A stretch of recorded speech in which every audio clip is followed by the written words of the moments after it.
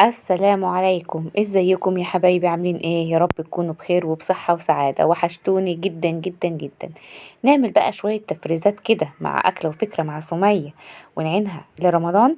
يلا بسرعة. شايفين الكمية دي وأكتر منها هتطلع معاكي من نص كيلو بانيه. وانسي بقى التحمير والقلي. يلا بقى بسرعة، سمي الله وصلي على الرسول واعملي لايك للفيديو. وأول حاجة هنجيب 4 رغيفة من العيش الفينو، بايت أو صابح مش هيفرق. هنكسره كده وهنحطه في الكبة بتاعتنا وهنطحنه كويس جدا. يلا بقى بسرعة، لأول مرة يشوف قناتي ياريت تعمل سبسكرايب للقناة وتفعل الجرس علشان يوصلك كل جديد وحصري من فيديوهاتي إن شاء الله. ما تنسوش تقولولي في التعليقات بتشوفوني من أي بلد وهل فيديوهاتي بتعجبكم ولا لأ.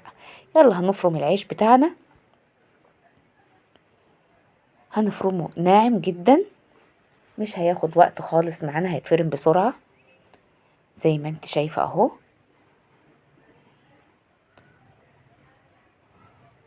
خلاص كده تمام معايا كويس قوي كده. هفضيه بقى في بولة،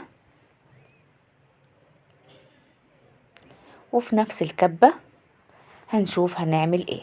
اهو زي ما انت شايفة كده، مش يعني جميل جدا، اتهرى بسرعة معايا وما خدش وقت. عندي نص كيلو بانيه وحتة ليا ضاني، هحطهم في الكبة وهفرمهم كويس. طبعا انا مقطعة البانيه حتت كده علشان يتفرم معايا على طول. هفرمهم كويس جدا. ممكن ما تجيبيش البانيه مخصوص مثلا وانت بتعملي فرخة ولا حاجة، تشيلي صدر فرخة منه. هنفرمهم كويس جدا عشان الدهن والفراخ يتفرموا وينعموا.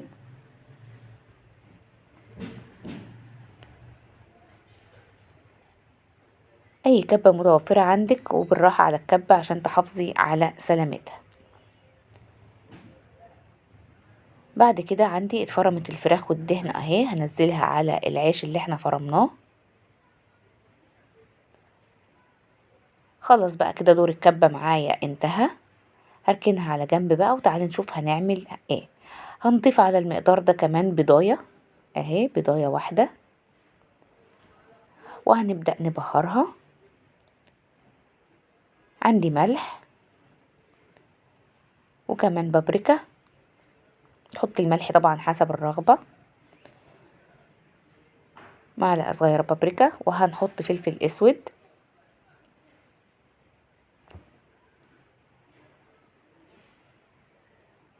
وهنحط كمان معانا معلقة من البيكنج باودر، دي معلقة بهارات فراخ. هنحط معلقة من البيكنج باودر، بتدي بتخليها حلوة وخفيفة كده. اي كفتة او اي حاجة بتعمليها ضيفي لها بيكنج باودر، بتخليها خفيفة ومش بتكش. هضيف معلقة من الدقيق وهبدأ اعجن كويس، دقيق او نشا يعني المتاح عندك، دقيق او نشا. وهبدأ اعجن كويس جدا بايديا بقى الخليط بتاعي ده. لازم تخلطي كويس وتعجنيها كويس مع بعض لغاية ما تتكون معايا عجينة متماسكة وحلوة. هوريها لك دلوقتي.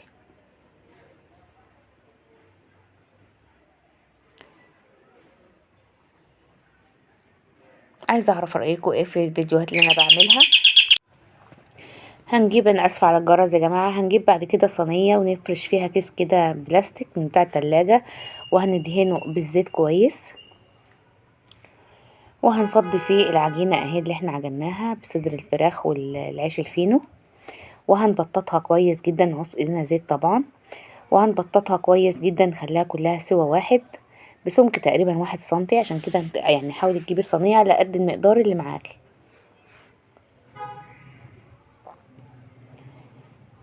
زي ما انت شايفة كده بتتفرد معايا بسهولة وبتاخد الشكل اهو. هجيب بقى كيس كمان تاني وافتحه وهغطيه بيها وهسوي كويس جدا.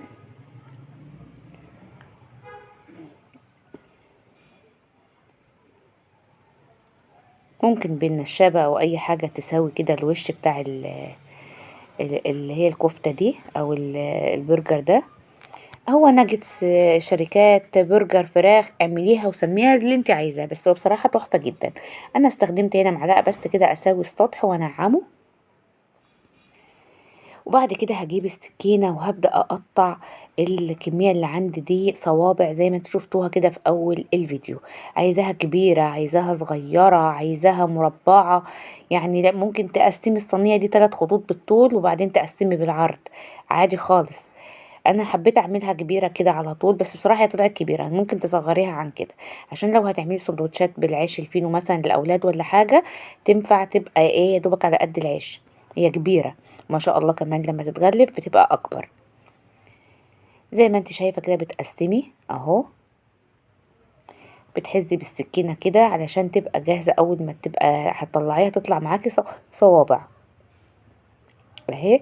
هدخلها الفريزر بقى لمدة ليلة مثلا، ونطلعها زي ما انت شايفة كده بقى. شلنا الكيس اللي فوق الوش وهنطلعها بتطلع معاكي بكل سهولة، عشان احنا مقطعينها ومخلينها جاهزة اهي. لازم تدخل الفريزر علشان تجمد. انت ممكن تحفظيها كده في الاطباق وتطلعيها تشويها زي الكفتة بالظبط في صينية في الفرن او في على الجريل على البوتاجاز. انا عملت كميه كده وعملت كميه تانية بالتغطيه. بتجيبي كوبايه دقيق او نص كوبايه دقيق على حسب الكميه يعني، وشويه ميه بشويه ميه، بنضيفش على الدقيق اي حاجه يا جماعه.